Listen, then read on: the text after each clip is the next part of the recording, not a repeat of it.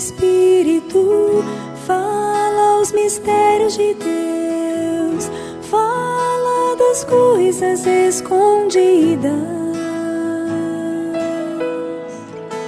Quem ora no Espírito fala das coisas profundas de Deus.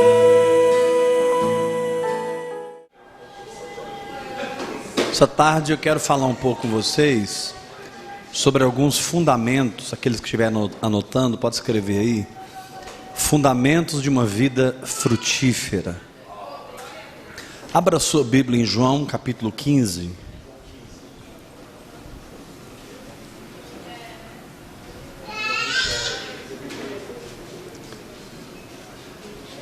Jesus está ministrando para os seus discípulos. E ele diz: eu sou a videira verdadeira, e meu pai é o agricultor. Pergunta assim para o irmão que está ao seu lado: sobrou o que para você, irmão? Fala para o teu irmão: ele é a videira e você, ele é a videira e o pai é o agricultor, irmão. Fala. Não. Sobrou algo para você, ó. Verso 2: todo ramo que estando em mim. Então o que sobra para você é permanecer nele. Todo ramo que estando em mim não der fruto, ele o corta.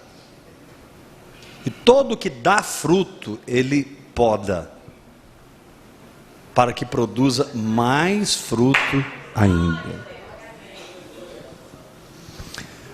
Quando o Espírito de Deus te atrai,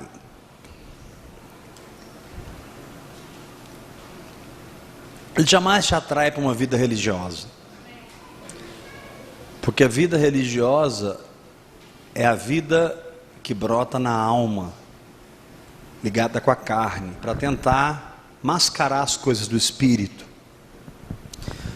O que acontece é que não existe nenhuma realidade na vida religiosa, só existe a realidade na vida no Espírito.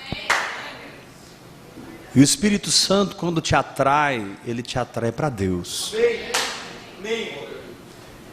Ele não vai te atrair para nada antes que você tenha um relacionamento com Deus. Ele não vai te implantar em outro lugar a não ser numa profunda comunhão com o Senhor. Não é que ele não quer usar você, não irá usar você, não tem uma missão para a tua vida, um propósito para a sua vida, mas você vale mais para ele do que o propósito que ele tem para você. Você vale mais para ele do que o propósito que ele tem para você. Então você está em primeiro lugar e ele atrai você por uma comunhão. E aí nós temos as chaves espirituais: a oração em línguas, a meditação na palavra, o jejum, a adoração, o louvor, a confissão da palavra, a meditação na palavra. Chaves que vão ajudar você nessa caminhada de relacionamento com Deus. O que vai acontecer nessa caminhada? Em primeira instância, e eu estou falando do primeiro fundamento de uma vida frutífera, que é uma vida com Deus. Ele vai te ensinar a conhecer o testemunho do Espírito. O que é o testemunho do Espírito? É o Urim e o Tumim dentro de nós. É o sim ou não dentro de nós. Deus vai te ensinar a ser guiado em primeiro lugar pelo testemunho do Espírito. Muitas vezes quando você irá fazer algo ou não fazer algo, etc, etc, etc, Deus entra e Deus não fala nada, nem move a circunstância, não tem raio, não tem terremoto, mas lá dentro Deus faz você saber se aquilo vem dele ou não vem dele. João disse: a unção que dele recebestes permanece em vós e ela é verdadeira, ela não é falsa. Depois João disse: a unção que dele recebestes permanece em vós e como aprendeste, ela vos ensina todas as coisas. Então, a nova natureza em nós tem a habilidade de aprender em Deus todas as coisas. Levanta a mão e diga: receba essa palavra em nome de Jesus. Quando você vai se aprofundando nesse relacionamento com Deus, Ele começa a te ensinar a receber vida na palavra.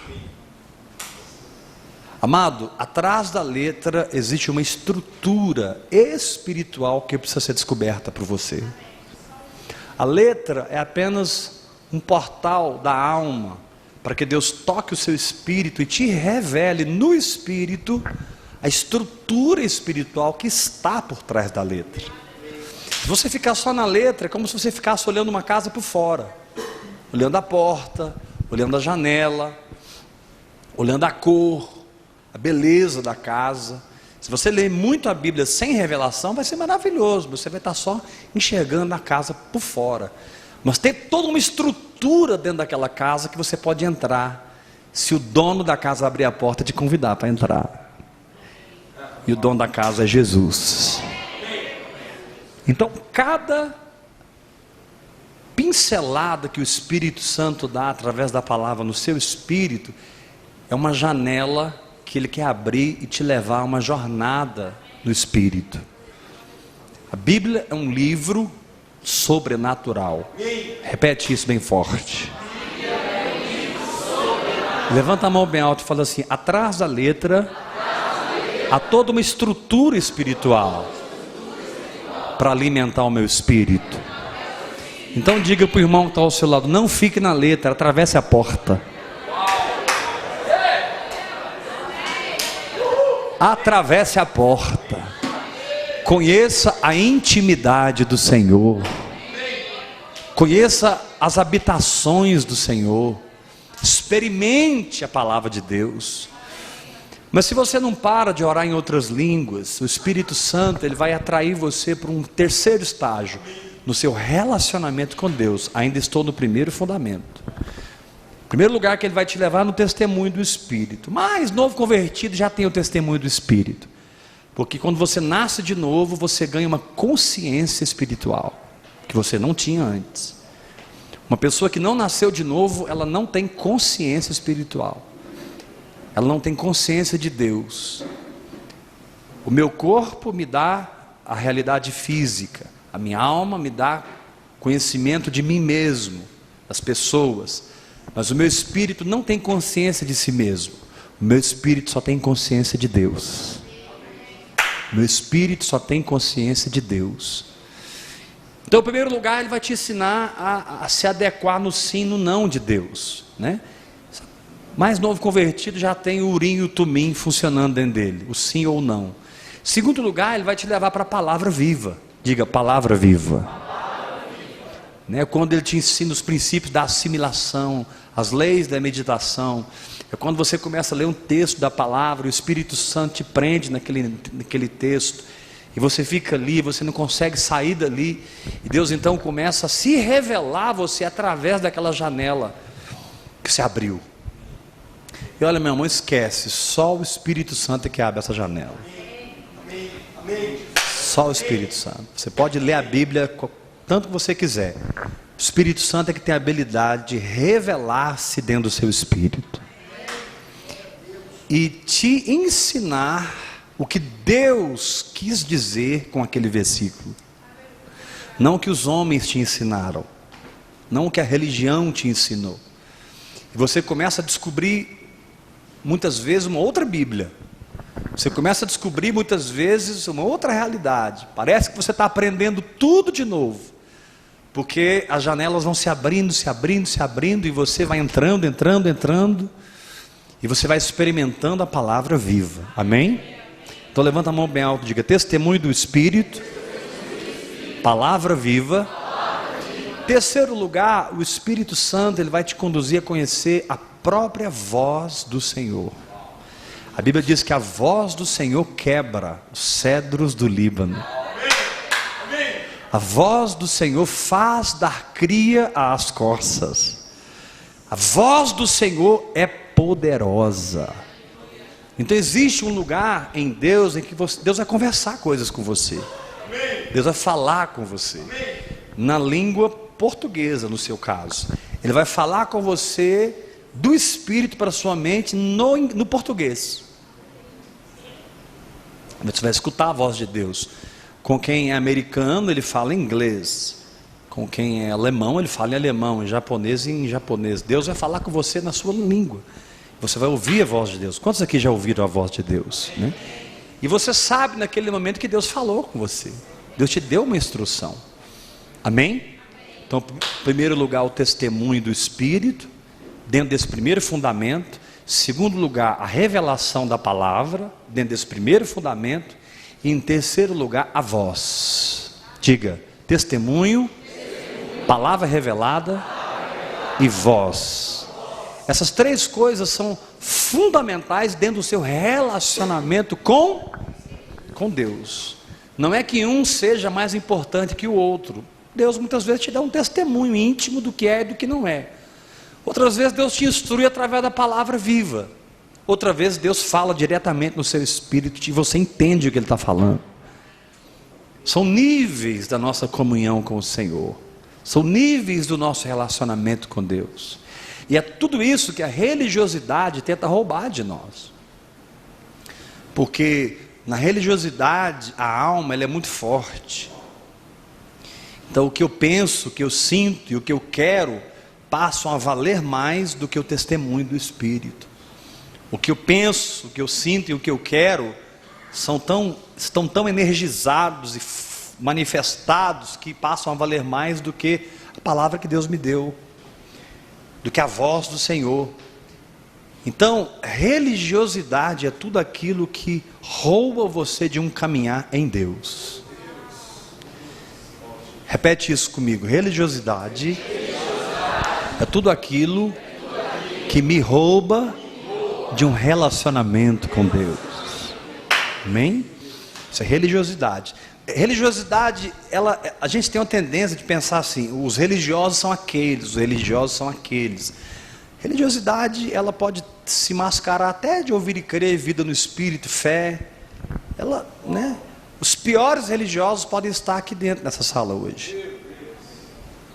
Os piores religiosos não estão lá nem cá, porque Deus não é adorado lá nem cá. Deus é adorado em espírito e em verdade.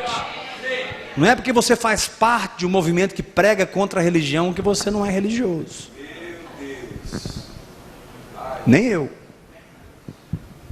A religiosidade é algo que nós temos que vigiar todos os dias. Ela é a própria árvore do conhecimento do bem e do mal que continua gritando na nossa mente. Todos os dias Adão, ao acordar, tinha que optar pela árvore da vida. Todo dia você tem que optar pela sua comunhão com Deus. Aí a religião não te pega, porque você vai se desenvolver com Deus no lugar em que o ponto não é isso, nem aquilo e aquilo. Não é Beltrano nem Ciclano. O ponto é o que Deus está fazendo na sua vida, é o que Deus está falando com você. É o entendimento de Deus que está expandindo no seu espírito.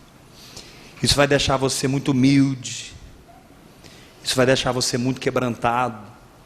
Isso vai deixar você muito despojado. Isso vai corrigir seu foco, corrigir seu coração. Porque, meu irmão, quer ver um cabra humilde, é mandar ele para a guerra da fé. Depois você desce do barco e começa a andar sobre as águas. Você tem que ser humilde, meu irmão, porque senão você fica soberbinho. A soberba ativa tudo que não presta vai te fazer afundar. Não dá para ser soberbo quando você está na batalha da fé. A pessoa que se ensoberbece é porque ela já voltou para o barco e está segura no natural, ainda que ela tenha uma casca, ainda que ela tenha uma aparência de espiritual. Por isso Paulo disse em 1 Coríntios capítulo 4, quando eu for aí eu quero conhecer os ensoberbecidos. Aí Paulo fala assim, porque o reino de Deus não consiste em palavras, mas em poder. Amém. Deus está nos conduzindo para uma vida no poder dele. E isso significa libertação da religiosidade humana, da religiosidade satânica, da regência do anticristo, do falso profeta, né? Porque você vai estar debaixo da nuvem do Espírito Santo. Você vai estar debaixo da nuvem do Espírito Santo.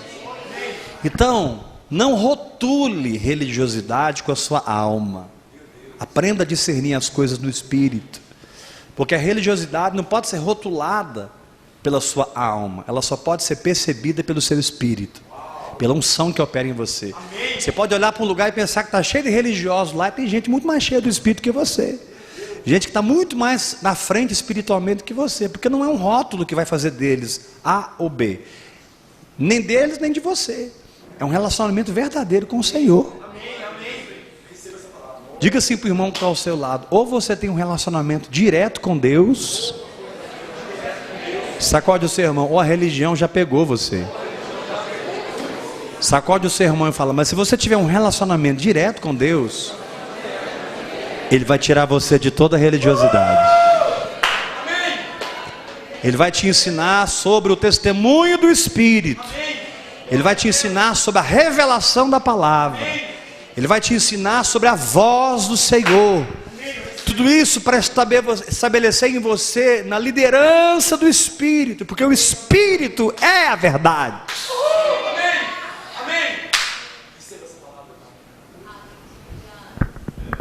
E aí começam a aparecer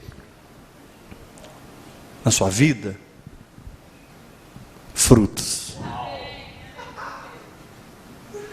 Todo ramo que estando em mim não der fruto, ele corta, mas o que dá fruto, ele limpa. Ou seja, você chega num lugar em que você começa a frutificar. Não nos conceitos do homem, mas no seu relacionamento com Deus. E olha, meu irmão, se você quer algo além disso, é melhor você não andar com Jesus. Porque as coisas que são grandes diante dos homens, para eles são uma abominação. Jesus saiu da Judéia e ele ia para Jerusalém, se eu não estou enganado. E a Bíblia diz que era-lhe necessário passar em Samaria. Lá em Samaria ele se assenta num poço de água, o poço de Jacó. E ali nós temos os maiores ensinamentos sobre adoração na Bíblia, entre ele e uma mulher. Talvez as vezes que Deus mais te usou na vida, você não estava diante de uma multidão, você estava sozinho com alguém.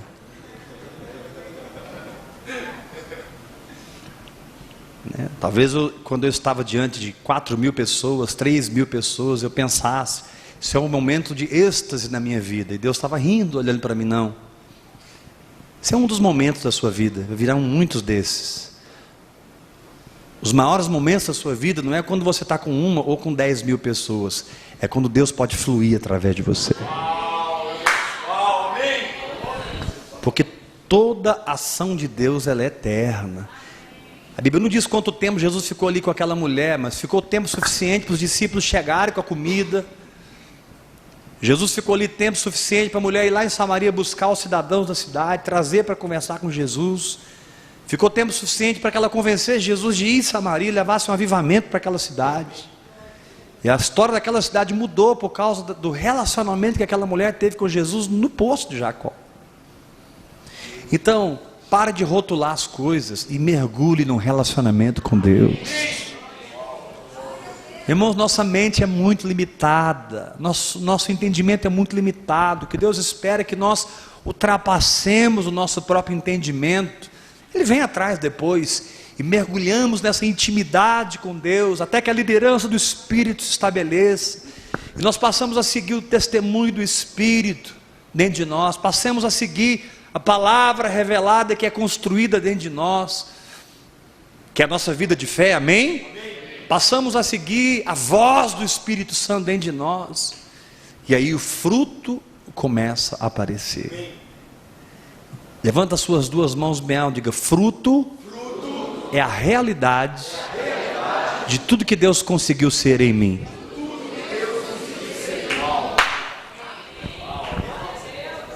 Amém? Diga mais forte: fruto é a manifestação de tudo que Deus pode fluir através de mim. Por isso, amados, eu declaro aqui árvores frutíferas em nome de Jesus. Eu declaro que a sua vida em Deus será algo desejado pelas pessoas. O seu relacionamento com Deus será algo que vai produzir sede na vida das pessoas, fome na vida das pessoas, direção na vida das pessoas. Eu declaro que você será um divisor de águas por onde você passar. Por isso nós não podemos rotular a religião, porque se nós rotularmos algo, irmãos, nós caímos na divisão, porque a gente toma partido. Eu rotulei, pronto, eu sou de um lado. Não, eu sou da vida do Espírito. Eu sou de Cristo, eu estou andando com Ele, Ele está guiando a minha vida. É Jesus, Jesus, Jesus, Jesus. Então não rotule as coisas não, porque você vai se dar mal. Pastor, eu não estou entendendo o que você está falando quando você diz assim, não rotule as coisas. Você não está me entendendo, mas o seu Espírito está recebendo. Porque eu não quero que você entenda muito, eu quero que você se alimente nessa tarde. Eu não estou aqui para dar conceitos amaciantes para a sua mente. Eu estou aqui para despertar o seu espírito para uma intimidade com Deus. Levanta a mão e diga: eu recebo essa palavra em nome de Jesus. Esse lugar, que é o primeiro estágio, tudo que eu falei agora está ligado com o primeiro estágio. Esse lugar, que é o primeiro estágio, vai te levar para o segundo estágio. Para o segundo fundamento, que é o serviço de Deus em amor. Você agora andou com Deus e vive em Deus, e Deus anda em você e vive com você a tal ponto que os frutos não alimentam só você, os frutos começam a alimentar os outros. Amém? Você começa a ser transformado num canal. O segundo estágio está ligado ao quanto do que Deus fez em você, Ele pode transmitir para os outros. Diga forte comigo: o que Deus está fazendo em mim precisa ser transmitido, precisa ser dado. Declaro aqui cada um que é um transmissor da vida de Deus. Onde você está, você é chamado para manifestar a vida de Jesus Cristo, a presença de Jesus Cristo, a graça de Jesus Cristo, a realidade de Jesus Cristo. Então você começa a servir em amor, com a vida que você tem. Esse é o segundo estágio, quando você se relaciona espiritualmente com as pessoas. Você gravitou tanto em torno de Cristo, que agora qualquer pessoa que toca em você, toca em Jesus. Qualquer pessoa que ouve você, ouve Jesus. Você está tão impregnado, irmãos, a comunhão com Deus vai nos impregnando dele. Você fica untado. Viu quando você pega uma bandeja e unta de azeite? E aí você pode fazer aquele pão, deixar o pão descansando ali, né? E a massa não gruda, né? Está untada. Deus quer untar você de azeite. Deus quer impregnar você. Você passa a ter densidade espiritual, realidade espiritual. E a sua vida, ela deixa de ter um sentido único, e ela passa a ter um sentido bilateral. Você passa a fluir para os outros, a dar vida para os outros. Não estou falando de ser apóstolo, de ser profeta ou mestre agora, não. Estou falando do seu dia a dia, com a sua esposa, com o seu marido, com seus filhos, com seus pais, com seus amigos, com as suas amigas. Quem passa a conviver com você, passa a receber vida de Deus, em amor. Por que em amor? Porque você não se julga superior àquela pessoa. Você, na verdade, julga aquela pessoa superior a você. Você se considera servo daquela pessoa. Você é humilde, cheio do amor de Deus. Então você começa a conviver com as pessoas e os espinhos não saem mais de você. As patadas não saem mais de você. As mordidas não saem mais de você. Meu querido, mordeu é lobo. Fala isso para 3 pessoas perto de você. Dá uma sacudidinha do seu irmão, fala assim: está mordendo? É lobo, meu irmão. E pastor, essa semana eu dei umas mordidas em alguém. É a sua velha natureza, que ela, né? A sua velha, Jesus disse: eu vos envio como ovelhas para o meio de lobos. A nossa velha natureza, ela morde mesmo, mas nós podemos mortificar ela pelo Espírito. E não tente converter a sua carne, nem aceitar as propostas dela de conversão, porque a carne vai se converter nunca. A carne tem que morrer. O lugar da carne não é lá na frente aceitando a Jesus. O lugar da carne não é no púlpito pregando. O lugar da carne não é com o violão ministrando louvor. O lugar da carne é mortinha lá na cruz. Morta.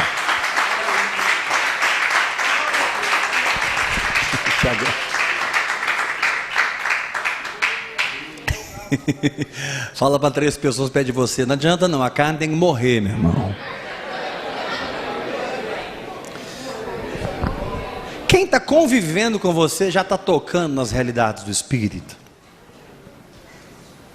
Ou ainda cheira o churrasco assado? Ou ainda recebe as dentadas da sua velha natureza, as unhadas do seu velho homem? Irmãos, quando a carne morre, você não tem outra coisa para dar a não ser o amor de Deus. E quanto mais pressionado você é, mais amor flui de você, sem esforço.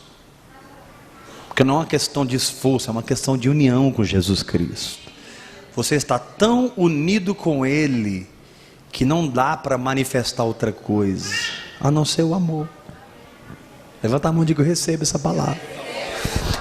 Então fala bem forte: primeiro fundamento, meu relacionamento com Deus, onde eu conheço o testemunho do Espírito, a revelação da palavra, a voz do Senhor, e nessa liderança espiritual a qual eu me sujeito por fé, fala bem forte, os frutos começam a aparecer, e eu passo para o segundo estágio. Mais forte, igreja: passo a servir uns aos outros em amor. Não importa se a pessoa é rica, se a pessoa é pobre, você não se relaciona mais com a cultura e com o status da pessoa. Você se relaciona com a pessoa igual Deus se relaciona com você. Você não se relaciona com a carne da pessoa, você se relaciona com o espírito da pessoa.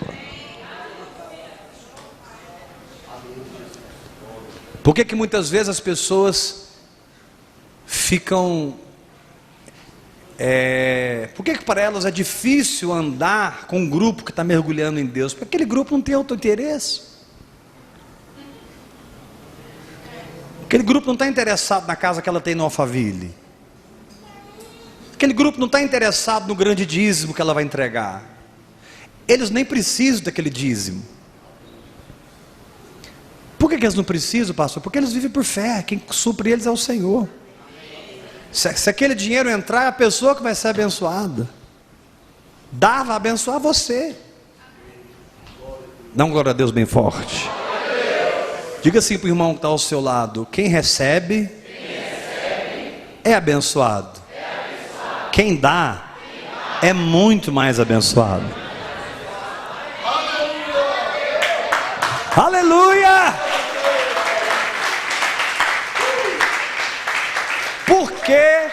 Por que Balaão nunca se uniu com Moisés? Balaão era um profeta. A palavra de Deus deixa isso bem claro. Balaão era um profeta, a Bíblia chama ele de profeta, o homem que tinha visão de Deus. Mas Moisés estava passando e ele se uniu com os midianitas, ao invés de se unir com Moisés. Por causa disso aqui, ó, olha para mim. Balaão amou o prêmio da injustiça. Balaão só não amaldiçoou Israel, porque sobre ti, ó Israel, não vale encantamento.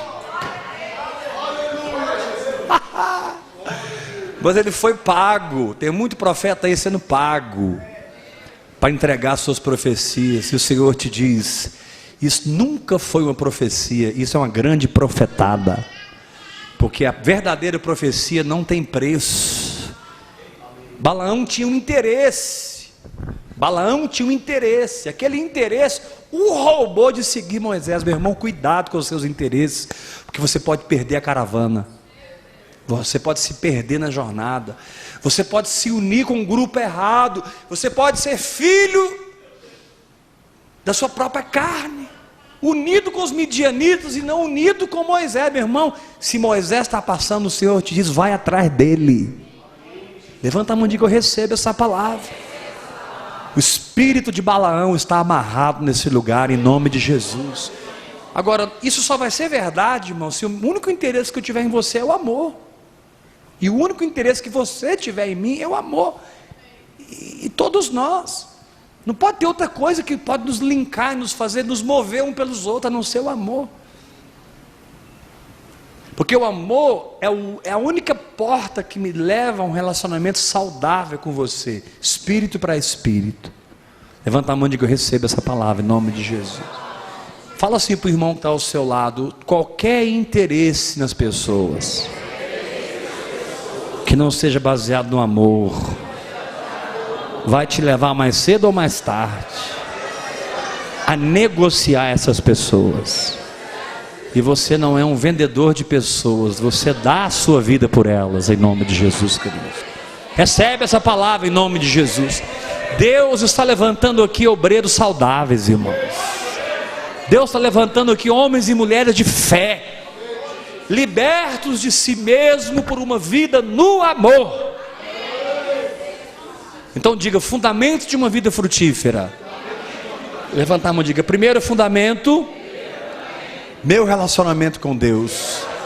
Segundo fundamento, meu andar simples no amor, onde a pessoa que está perto de mim faz assim com a mão, toca na vida de Deus em mim. Então eu profetizo, quem estiver perto de você vai tocar na vida de Deus. Qualquer coisa que você falar ou fazer vai manifestar Cristo. Não importa se você está cantando, pregando, rindo, sorrindo, abraçando, chegando, abrindo uma porta, tudo em você tem unção. Nesse lugar que eu estou falando. Quando você anda, é um andar ungido. Quando você corre, é um correr ungido. Quando você canta, é um cantar ungido. Quando você fica em silêncio, é um silêncio ungido. Quando você deita a cabeça no travesseiro, tem unção ali manifestando. Seus pensamentos são ungidos, você mergulha em Deus. O diabo nunca vai encontrar lugar em você quando você está mergulhado em amor. João disse, aquele que é nascido de Deus o guarda, e o maligno não lhe toca. Terceiro fundamento.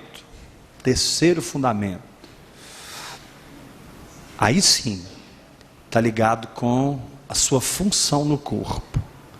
Você está andando com Deus, vivendo em amor, e agora você começa a ter encargo espiritual, dentro especificamente da sua chamada.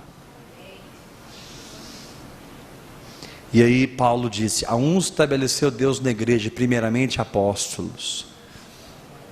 Pastor, como é que eu sei se eu sou um apóstolo ou uma apóstola?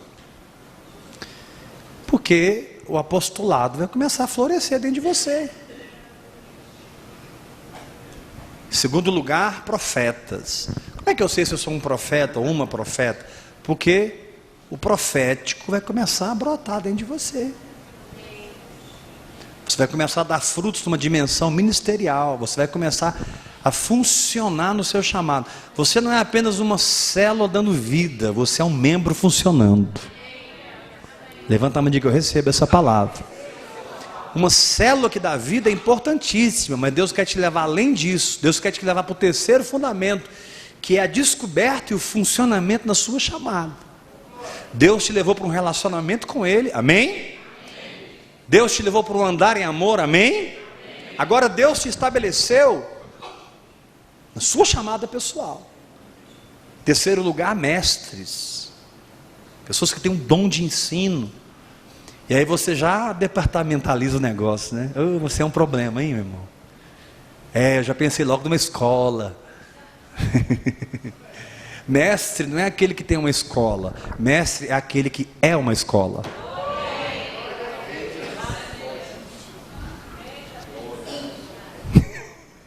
O mestre não tem escola, ele é uma.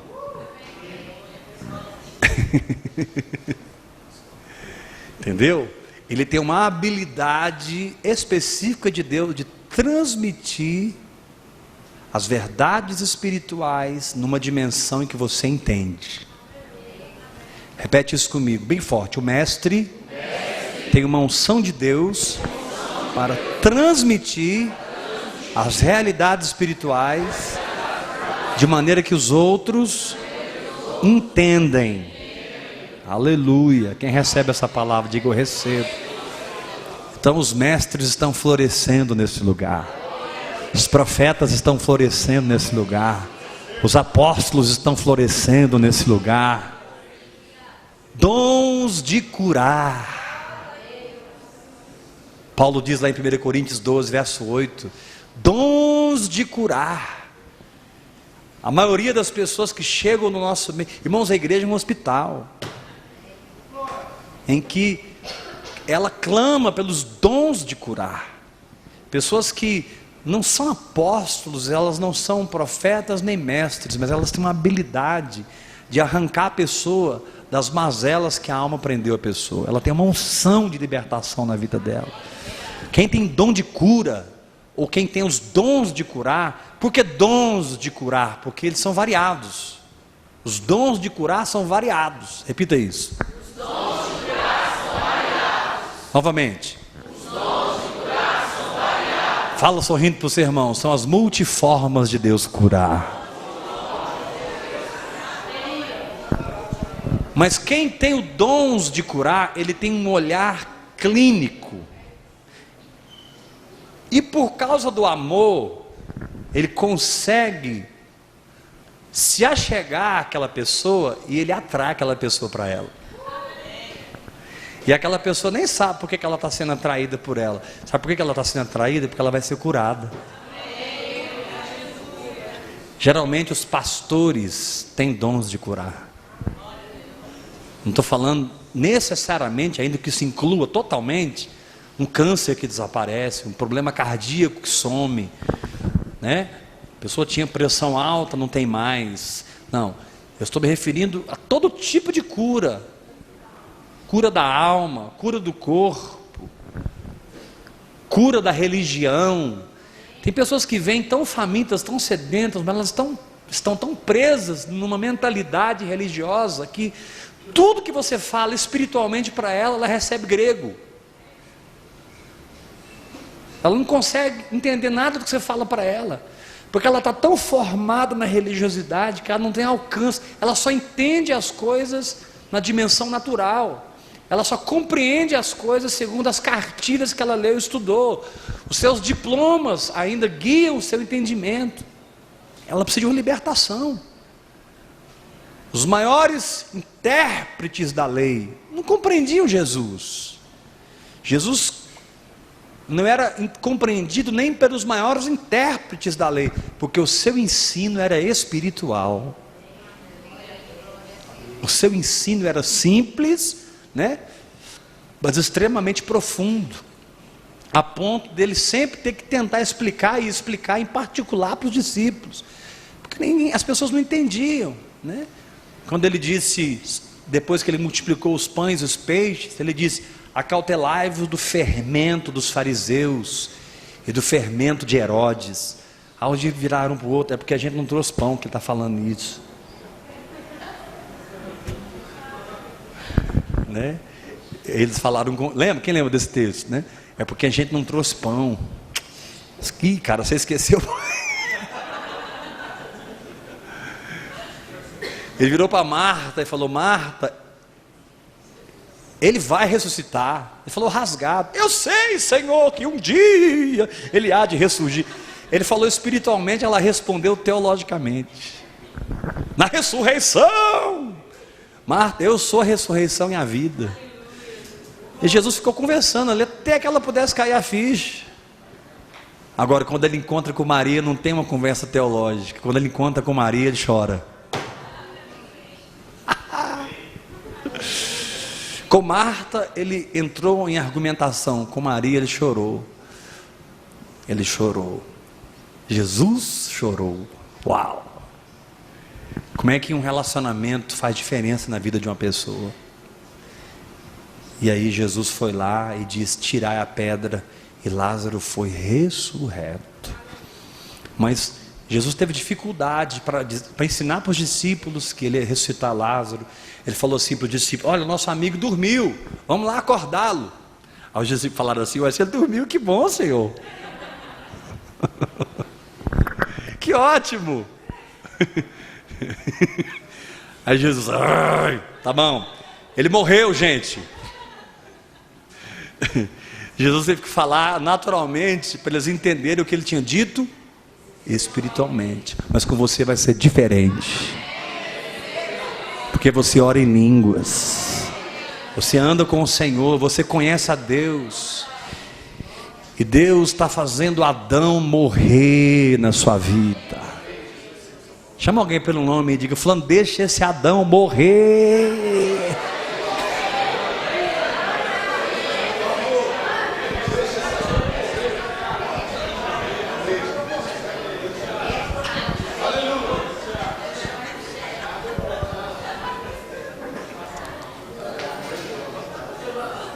Aí depois vem operação de milagres. Aí nós já estamos falando de pessoas usadas para trazer multidões para o reino de Deus. Deus, irmãos, olha como nós precisamos realmente nos firmar nessa visão.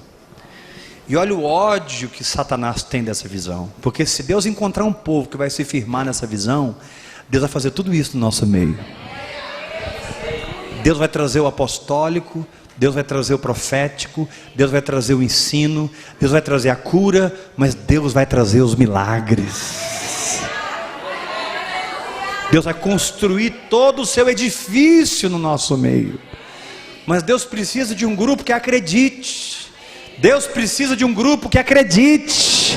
Deus precisa de um grupo que acredite, que creia, que tope a parada, que receba esse encargo. Uma igreja edificada pelo próprio Senhor, uma igreja o qual o cabeça é Cristo, uma igreja guiada pelo Espírito Santo, onde os interesses humanos caíram por terra e o amor de Deus é o lugar mais alto que guia aquele povo. Onde eu não quero saber o que o estatuto da minha denominação diz, eu quero saber o que Deus diz.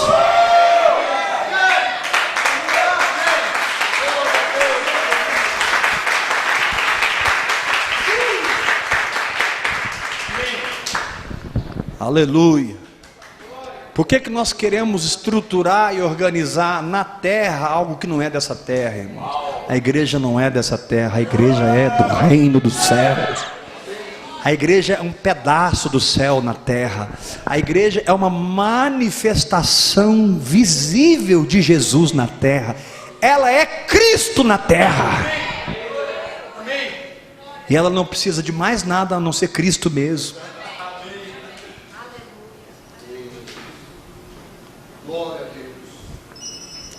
Diga para o irmão que está ao seu lado: é por isso que o fogo vai queimar a madeira, o feno e a palha.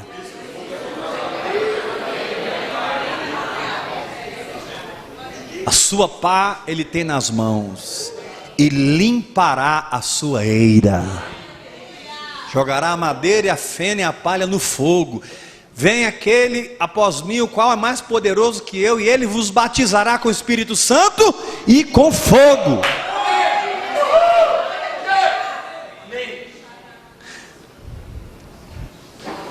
Irmãos, eu não sei você, mas eu quero. Não, estou sendo bem sincero. Eu não quero amém por isso. Me alegra saber que eu ouvi isso. Mas eu não estou nem aí com você nesse aspecto. Nesse aspecto. Porque com você ou sem você eu vou, irmão. Eu espero que você não seja um Balaão. Eu espero que você seja Josué e Caleb. Porque uma geração inteira morreu no deserto, inclusive Balaão. Porque Balaão se vendeu. Aí você pensa assim, mas eu não estou fazendo isso. Aplica na sua vida para ver se você não está fazendo, irmão. Se vender não é só ser um pastor mercenário, não. Se vender é mover-se no evangelho por qualquer outro interesse a não ser o amor. João diz assim, em 1 João, Caim era do maligno e assassinou o seu irmão, e aquele que odeia o seu irmão é assassino. Pronto, quebrou tudo. Aquele que odeia é um assassino. Ele chama, aquele que odeia é um assassino. Meu irmão, se a Bíblia diz que é um assassino. Aí você diz, mas eu nunca matei ninguém, será? Ou hoje mesmo você já matou um monte? Essa semana você já matou uns 10. Porque quando alguém morre no seu coração, você assassinou aquela pessoa. Vou repetir isso. Quando qualquer pessoa morre no seu coração, você assassinou aquela pessoa. Mas como é que eu faço, pastor? Ama.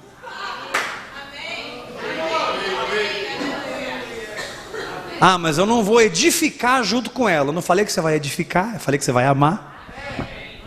Como andarão dois juntos? Isso é outra coisa.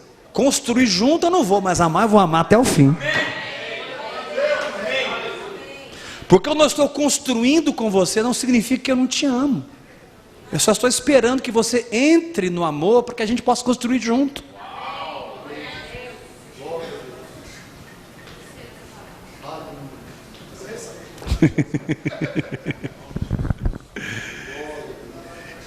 Operadores de milagre, irmãos, os operadores de milagre vão se levantar.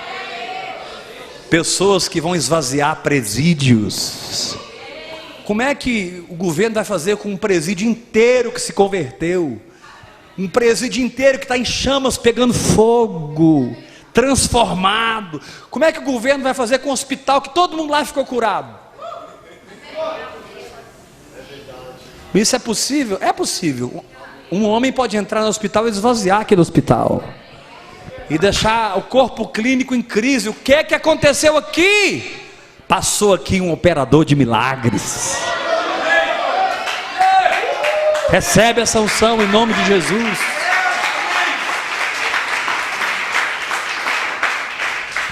Como que essa empresa estava em franca decadência e agora essa empresa é a primeira do mercado? Passou aqui um operador de milagres.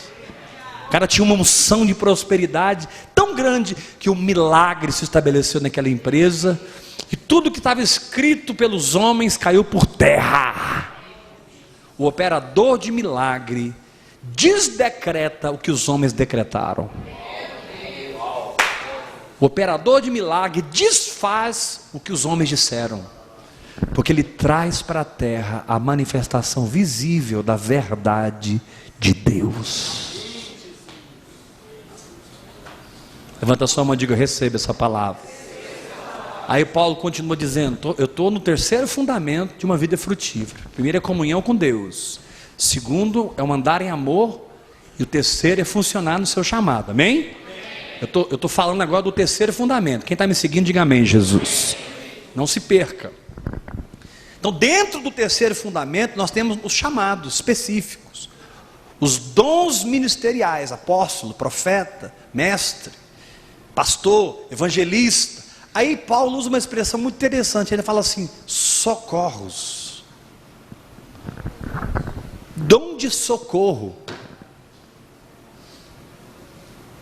Pergunta para mim, que dom é esse?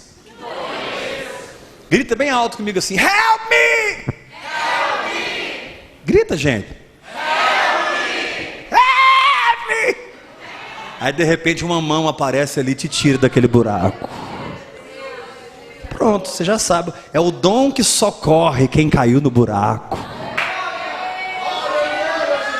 Tem pessoas que têm esse dom. Ele tem um dom de socorrer os outros. Qualquer pessoa que está emburacada sai do buraco através da vida dele. Dom de socorro. Em qualquer nível. Por isso nós não podemos rotular as coisas, porque alguém pode funcionar no dom de socorro como músico, como administrador, ajudando na presidência daquela obra, ajudando na organização daquela obra. Você não é contra a organização? Não, eu sou contra a falta de liderança do Espírito Santo. Sempre haverá organização, debaixo do governo, da ordem do Espírito. O céu é organizado na ordem do Espírito. A questão é que nós temos que ser libertos e limpos de Babilônia, para que possamos absorver a Jerusalém celestial. Moisés ficou 40 anos no Egito aprendendo como construir as cidades para Faraó. Ele ficou mais 40 anos no deserto para desaprender tudo. Ficou até gago. Quando Deus chama Moisés, o projeto de Deus não é que ele levantasse mais cidades para Faraó. O projeto de Deus é que ele edificasse um tabernáculo. Agora, quando Moisés recebeu o tabernáculo, ele deu opinião? Sim ou não? Ele deu pitaco? Ele ofereceu alguma ajuda? Não, ele só ouviu, escreveu e transmitiu. E ele era expert na arquitetura babilônica. Ele era expert. Sabia tudo, a matemática. Até hoje, a arquitetura, a física babilônica, egípcia, perdão, impressiona o povo. Como é que eles construíram essas pirâmides, né? Como a arquitetura egípcia naquela época era avançada. Eles chegam a dizer que extraterrestres ajudavam eles. Nada disso, irmãos. O homem não está evoluindo, o homem está desevoluindo. O homem não está assim, o homem está assim. Satanás plantou uma ideia na humanidade que nós estamos evoluindo. Que engano. O homem estava muito mais acima naquela época do que ele está hoje. O homem vivia 800 anos, hoje quem vive 90 está vivendo muito. O homem está decrescendo. Naquele tempo, os homens eram muito mais inteligentes do que hoje. E de lá para cá, o homem vem caindo, entendo que estudar e buscar tecnologia e tal, para ver se, né? Quanto tempo demorava uma gripe? Nem sei, irmão. Você sabe? Capaz que eram 2 segundos, né? Hoje em dia é fácil, né? Todo mundo está pegando gripe. Eu creio que naquela época ninguém. Nem tinha gripe, né? Hoje gripe virou uma gripe, né? Não, hoje gripe virou a tal da depressão, né? Fulano está com depressão, Beltrano está com depressão. Virou gripe. Aqui não tem povo com depressão não, irmãos. E se tem, eu te amo e te declaro curado em nome de Jesus. E você que me assiste pela internet também, se você está deprimido, Deus vai te tirar dessa. Não estou te condenando, porque depressão é algo horrível, mas eu declaro você curado e fortalecido no Espírito para sair desse buraco em nome de Jesus. Então joga as suas mãos para cima e diga bem forte comigo: dons de socorro. Eu declaro que os socorristas estão aqui.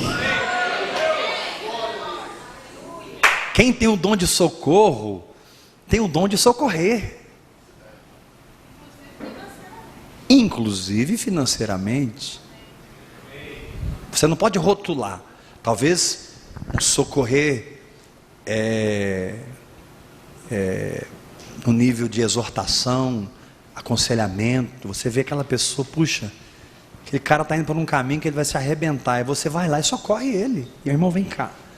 Você percebe que em Romanos capítulo 12, tem dons listados que não estão em 1 Coríntios capítulo 12. O que exorta.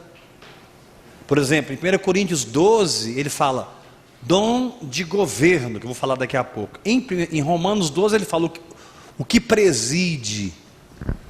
Ele usa termos diferentes. Romanos 12, ele fala presidência. 1 Coríntios 12, ele fala governo. São dons diferentes. São dons diferentes. Então diga para 3 pessoas perto de você: só Deus pode te levar a funcionar no seu chamado. Agora, gente, se há uma diversidade tão grande, olha o perigo do homem cabrestar você. Olha o perigo de você ficar passivo. A passividade do espírito é tão maligna quanto a religiosidade da carne. Escuta isso. A passividade do espírito é tão maligna quanto a religiosidade da alma. O que é a passividade do espírito? A gente bate tanto na religião aqui, que aí você fica com medo da religião e não faz nada. Está tão errado quanto. Essa visão não é para enfiar medo em você, essa visão é para corrigir a sua rota. Amém. Jesus disse: meu pai trabalha e eu também trabalho. Jesus orava de noite, acordava cedo e ia trabalhar. Trabalho não significa ativismo. Falta da liderança do Espírito significa ativismo. Levanta a mão e diga: eu recebo essa palavra. Joga a mão para cima e fala bem forte comigo: trabalhar muito não significa religião. Ficar parado não significa religião. Diga assim forte comigo: há uma coisa tão perniciosa quanto a religiosidade, um espírito passivo. Às vezes, meu irmão, para você decolar no espírito, você tem que começar, você tem que ser agressivo, você tem que ser ousado, você tem que ser intrépido. Nem sempre o seu espírito vai estar tão ativo, perceptível, quanto você gostaria. Aí você, para não entrar na religião: eu vou ficar quieto aqui hoje porque eu não estou sentindo nada mesmo. Não, tem hora que você tem que, peraí, põe fogo na fogueira, meu irmão. Não cai na passividade, não. Vou falar de novo. Irmãos, quem aqui não está envolvido com a obra de Deus, ou está morto, ou está em pecado? Porque é impossível você andar com Jesus e não querer servi-lo.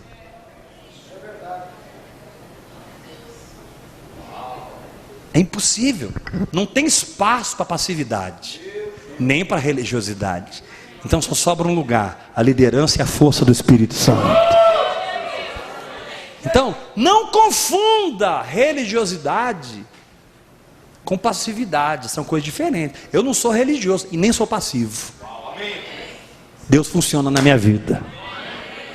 Levanta a sua mão e fala forte comigo: eu não sou religioso, nem sou passivo.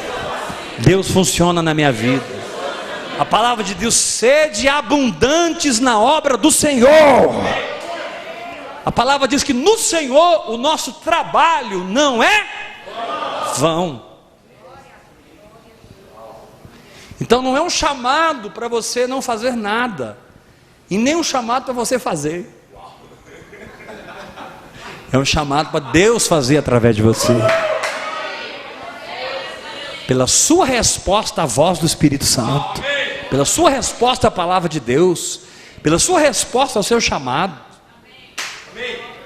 A Bíblia diz de 3 pessoas, olha para mim: um recebeu 1 talento, o outro recebeu 2 talentos, o outro recebeu 5 talentos. O que recebeu 5 talentos multiplicou para recebeu o galardão. O que recebeu 2 talentos multiplicou para recebeu o galardão. E o que recebeu 1 caiu na passividade. Ele tinha um talento, mas ele ficou passivo. Pegou aquele talento e escondeu. Ele falou assim: eu tenho medo do meu Senhor porque Ele é severo, Ele é rígido. E Ele vai vir, eu preciso, pelo menos isso aqui eu vou entregar para Ele. Ele caiu na passividade. Não, meu irmão, Deus te pegou mesmo.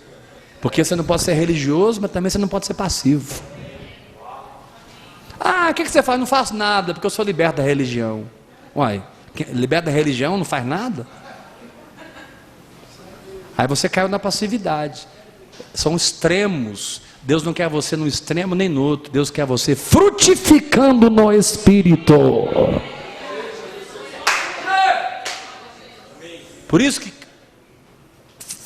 João 15 diz que aquele que não dá fruto, esse negócio de não dar fruto é coisa séria, irmão. Mas o que dá fruto, ele limpa, para dar mais fruto ainda.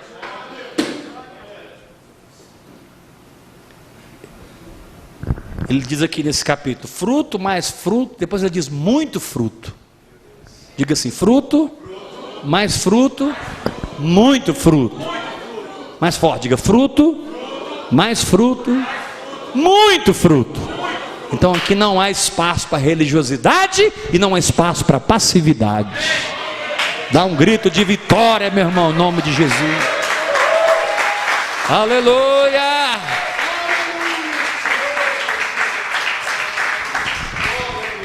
Fala assim para o irmão que está ao seu lado, põe a mão no ombro dele e fala assim, guerreiro. Olha nos olhos dele, fala, guerreiro. Se ele te deu 1 talento, 2 talentos, ou 5 talentos, quando ele voltar, ele vai requerer a multiplicação. Ele vai requerer os rendimentos.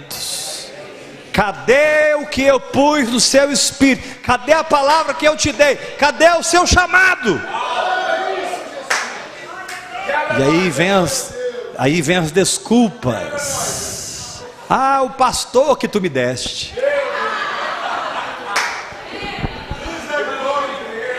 O discipulador que tu me deste. A igreja que tu me deste. A mulher que tu me deste, o marido que tu me deste, o filho que tu me deste, a empresa que tu me deste, o salário que tu me deste. Aí a coisa começa a ficar até mais feia, quer ver? A doença que tu me deste. O cara está pensando que está doente porque está sendo tratado por Deus. Aí o Jesus fala assim para ele, eu te curei lá na cruz, seu abençoado. Para que você deixou a doença parar você? Nada pode parar você.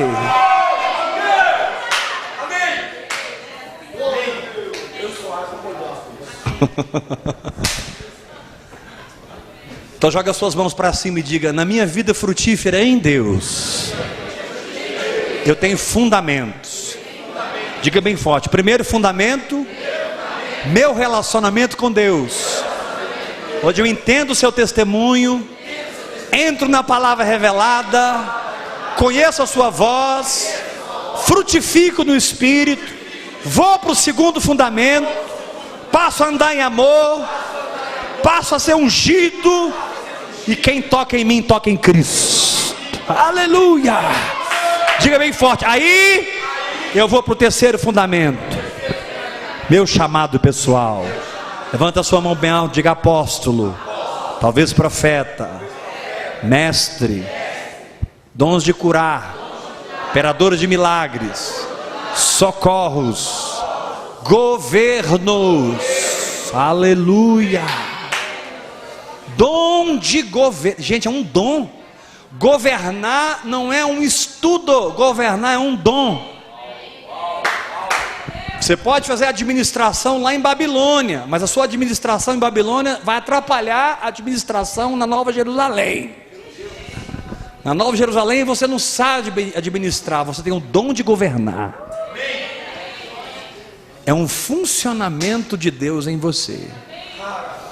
Por isso alguns irmãos que não têm esse chamado se aventuram em apacentar uma igreja, o negócio nunca rompe na mão deles. O negócio não vai. Porque não é uma questão. Às vezes a gente não entende. Puxa, essa semana eu estava conversando com o pastor Geraldo. Por que a igreja tal não fluiu na mão de tal pastor? A gente estava conversando, né? E o pastor Geraldo já passou por isso comigo. Ele fala isso abertamente. Ele fala claramente, eu não tenho chamado para ser pastor. Eu sou um diácono e um pregador. Ele fala rasgado, pastor Geraldo. Se você falar assim, eu vou te entregar uma igreja, ele fala, eu não quero, porque eu não tenho esse chamado. Mas há uns anos atrás ele quis. E ele foi. Ele foi para uma cidade aqui no interior de Goiás, que eu esqueci o nome. Não, antes de Goiatuba, ele foi para... Esqueci, uma cidade aqui. Depois não deu certo, aí ele foi para... Aí apareceu a Goiatuba e foi para Goiatuba. E ele tomou muita goiaba na cabeça lá, irmãos. Né? Aí você pensa, mas uma pessoa como o Geraldo, por que a igreja não rompeu debaixo dele? Ele não é um cara ungido, não tem uma palavra boa. Quantos querem que o pastor Geraldo tem uma palavra boa? É uma delícia ouvir o pastor Geraldo pregar, sim ou não? Sim. Por que o negócio não ia? Porque não é natural, é um dom, meu irmão. Tem irmão que às vezes nem tem uma palavra boa e a igreja explode através dele. Porque não é uma boa palavra, é o dom de governo. Todos os dons são um funcionamento específico de Deus na sua vida. Repita isso. Todos os dons são um funcionamento de Deus específico. Uma vez mais. Todos os dons são um funcionamento específico de Deus. Diga mais forte. Todos os dons são um funcionamento de Deus na minha vida.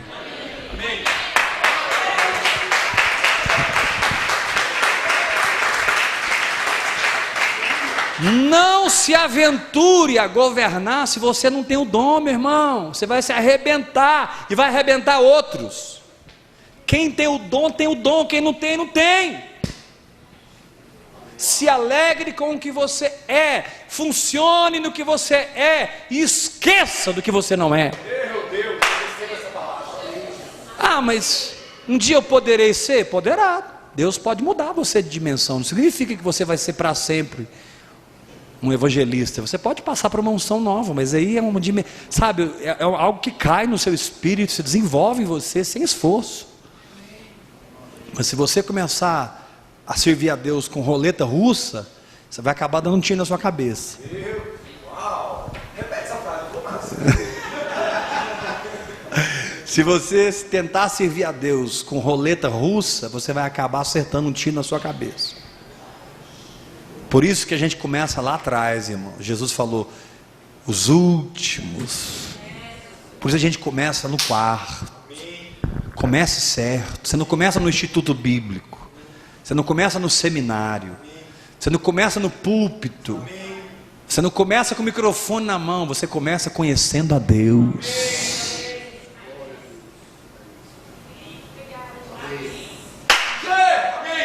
Você começa na intimidade com Deus. E olha, aquilo que Deus operar em você, ninguém poderá parar. Você se tornará imparável. Ninguém pode esconder uma cidade edificada.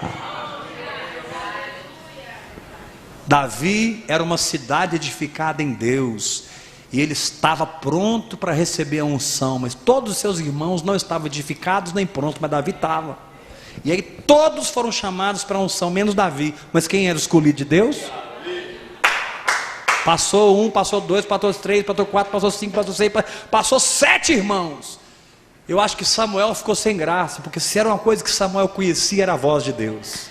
No início, Deus falava que o Samuel, ele pensava que era Eli. Eli, você me chamou? Não, Samuel, vai dormir. E aí Deus falava, ele corria lá no Eli. Eli, você me chamou? Não, Samuel, vai dormir. Até que ele discerniu a voz de Deus. Samuel conhecia a voz de Deus. Então ele foi tentado a ungir o primeiro que ele viu dos filhos de Jessé. Mas ele conhecia a voz. Então todos foram passando e Deus falava com ele. Não é esse, não é esse, não é esse, não é esse. Deus, então por que o Senhor me mandou aqui? Ele nem disse isso, porque ele sabia que ele estava ali para ungir um rei.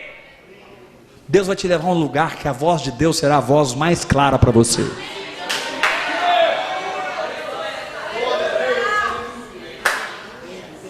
Aí ele falou assim para Jessé, não tem, acabaram seus filhos, não tem mais nenhum. O pastor Alan Taylor conta que a primeira vez que ele viu o pastor David Robertson, tinha um grupo pequeno, que o pastor David estava ministrando, talvez o grupo como esse aqui, não sei. Aí o pastor David Robertson falou assim, tem uma mulher aqui, e ela é surda de um ouvido, não, tem alguém aqui, perdão, que é surdo de um ouvido e o Senhor quer curar. Essa pessoa, por favor, se manifeste. Aí ficou um silêncio, ninguém se manifestou. Foi a primeira vez que o pastor Alan conheceu o David Robertson. Aí ficou 2 minutos, 3 minutos, e o Dave, tem alguém aqui que é surdo de um ouvido, e o Senhor quer curar. Chegou um ponto que o pastor Alan pensou com ele mesmo, rapaz, tipo assim, porque a gente erra, né? Você errou, cara, continua o culto de boa, acabou. E o pastor David Roberts, tem alguém aqui que é surdo de um ouvido e Deus quer curar. Aquele homem conhece a voz de Deus. Ele ficou quieto. Acho que passou uns 20 minutos, irmãos. Ali Deus estava dando lição em todo mundo. Não era do pastor Dave, porque o Dave conhece a Deus. Às vezes você acha que Deus está dando lição em todo mundo, Deus está dando lição em você. Aí a mulher se manifestou e foi completamente curada. Aí o Ala ficou em crise com ela. O Ala, por que você não foi logo, mulher? Se fosse eu que estava surdo, eu ia na hora.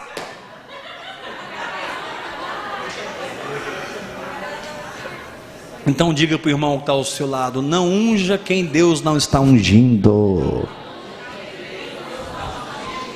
Fala para o irmão que está ao seu lado: não derrame azeite onde Deus não está derramando azeite. Amados, eu profetizo que a nossa maior marca será conhecer a voz de Deus. Amém? Aleluia. Continuamos na próxima aula. Graça e paz.